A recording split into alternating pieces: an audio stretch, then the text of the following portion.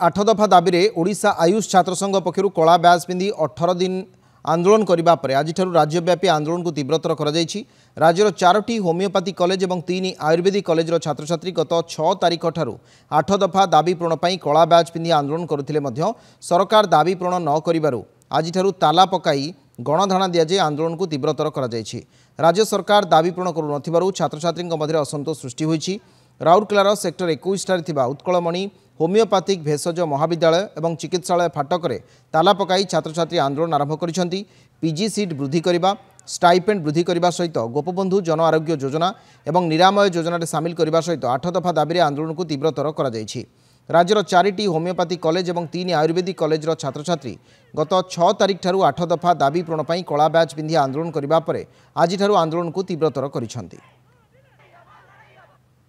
आज आम दाबी यहाँ रोचे कि आमर जो पाठ्यक्रम रही से पाठ्यक्रम पर आमर नूतन स्थायी निजुक्ति आमर रोनी जहाँकि आम सरकार पाखे आम ये नवेदन रोचे जे न्यू पोस्ट मध्यम ओपीएससी मध्यम आमको एचएमओ और एएमओ पोस्ट निजुक्ति कराऊ और द्वितीय रोचे आम डायनामिक स्टाइपेंड वृद्धि कराऊ तृतीय रोचे आम पीजी सीट जोटा कि ओडिशा रे 3टी मात्र पीजी सीट अच्छी होमियोपैथी आयुर्वेद मात्र 45%। से आम सरकार पाखे नवेदन करूँ जे यही सीट की बढ़ा जाऊ। 19 दिन धरी कला बैच परिधान करके आम सरकार को एक शांतिपूर्ण भाव में निजर मन जो मूल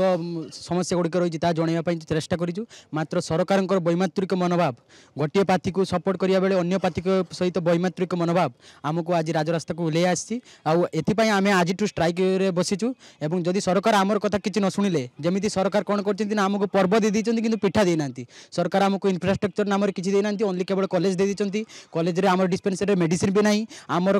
पीजी सीट मात्र 3टा तेणु आम प्रति यही जो वैमात्रिक मनोभाव ता दूरीभूत होगा दरकार नचेत आम ये स्ट्राइक को आगामी दिन में बहुत तीव्रतर भाव में स्ट्राइक हम तालार पकार मूल रही आम जो शांतिपूर्ण भाव कि सरकार को आम जनइलु आम 8टी दाबी जनइलु जो कि इनक्लूड रोचे प्रथम रोचे आम ओपीएससी पोस्ट आम मैंने एठू पाठ पढ़ी बाहर पर आम लोक सेवा करने चाहिए सत्वे भी सरकार जो वैमात्रिक भावना रही से आम सरकार आम लोक आम सिस्टम